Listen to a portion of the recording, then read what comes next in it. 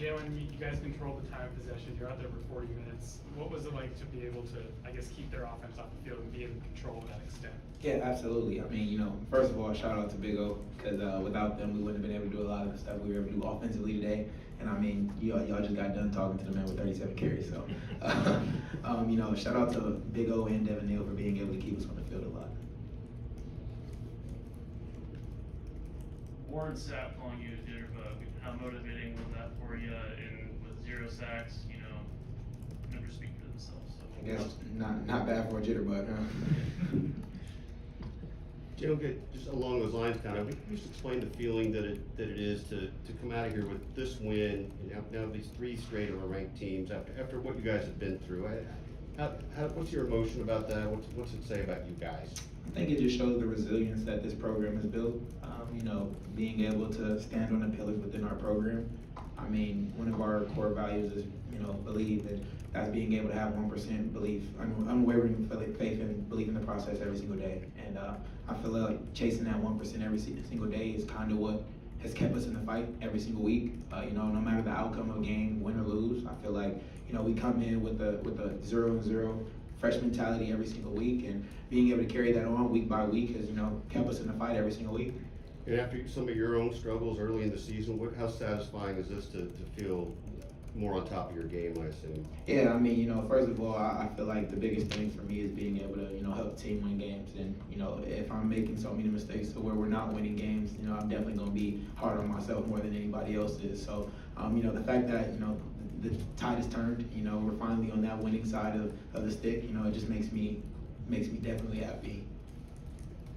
Jalon, going back to the comments made about Warren Sapp, A, how'd you find out? And B, I know people process that stuff differently, so when you see that, how do you process that?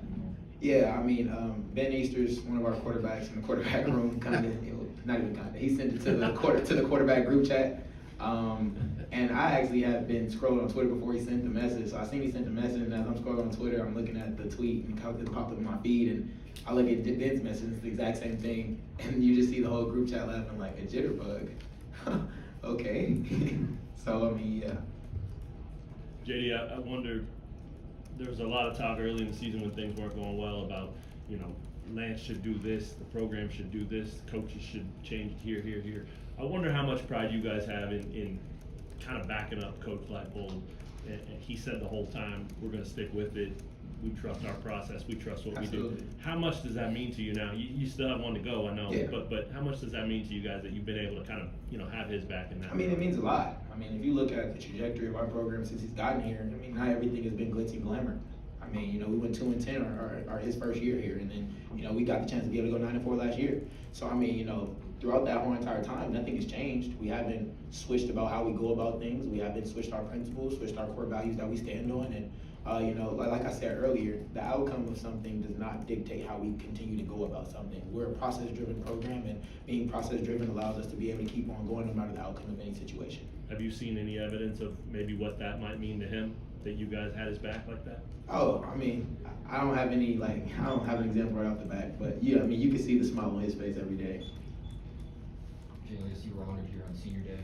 What went into that decision? Wait, say it again? You were honored here on Senior Day before the game. What went into that decision to be a part of that? Just to say anything about what you want to do next? Well, I mean, I graduate this semester, so I mean, that's something that I've always promised my mom, to be able to graduate college and make sure that I was the one to be able to take care of the expenses of college, and I feel like that's really all that went into it. I mean, this is the class that has been here since 2020. We got guys like Luke Grimm. I mean, Cornell Wheeler's a transfer, but he's my roommate and my best friend. So Quentin Skinner as well. I mean, there's a lot of guys who came in with that 2020 class, and I feel like being able to cherish that moment with them is something that really kept me into being able to do that. Jalon, obviously comments of the game kind of being chippy overall. I think Kobe called it a new rivalry. Would you kind of agree with that assessment? You said a new rivalry? Yeah, new. Yeah. I mean, if you look back in the day, Colorado and Kansas is, they've definitely had some beef over the years. So, I mean, being able to have a Colorado versus Kansas game once again, I mean, you could call it a new rivalry, but at the end of the day, I know that how Coach Leipold goes about things. It's another game to be able to play next week, and you got to be able to be blessed to be able to play it. You already gave Devin a shout out, but let's go back there real quick. Let's do it. 37 carries, Mm-hmm. You're giving every one to him. that's a lot of a load for one guy to take, and I know you guys are way more than about one guy, but Oh, yeah. what does it say about him and his willingness to take that and give me he did this, you know, give me the ball?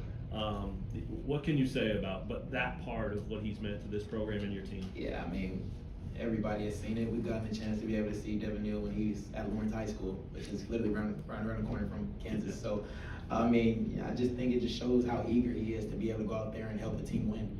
He's somebody who wants to make the play. You know, he's not selfish at all. So, you know, he's not going to sit here and say, all right, I need the ball. Mm-hmm. But when the ball is given to him, he's going to go out there and make the play. He's going to try to do everything he can to be able to put his body on the line, put everything on the line to be able to help the team win. And we were able to see that tonight. Do you ever, I mean, he gets yards that aren't blocked. He makes something out of nothing. Absolutely. You're watching that. Oh yeah. What do There was one you play today, see? we had an inside zone and there was a free Yeah, tackle. yeah. He made a miss in the back, and I just had to go up to the dead like, dang. Yeah. Like, good play, bro. Like, there's nothing else you can say about that. Do you get used to it? I mean, he does it so often. Yeah, I mean, you don't get used to watching amazing highlights. I mean, if you ask Dev, when he's watching me play, he'd be like, bro, I got the best seat in the house. I mean, I literally have the best seat in the house to watch Devin Neal run. So. Going back to coming with this senior group, what does it mean to you to be able to say that this is kind of the group that started the rebuild here at Kansas? It means a lot. I just remember a lot of the conversations that 2020 class had about being able to help rebuild the program. I mean, we could look back at the 2020 season, we went 0-9. And the fact that, you know, we're having these conversations right now, we're having this much attention on our program. I mean, a lot of the guys, one thing that they wanted to say was that they were able to leave a brick here. And I'm sure we're able to say that because there's a full new stadium being built in Lawrence, Kansas now. We're playing in the Chiefs Stadium right now, so. Anything else for Jalon? Thanks, JD. Oops, sorry. Go ahead. What was your crowd today? Oh, come on now.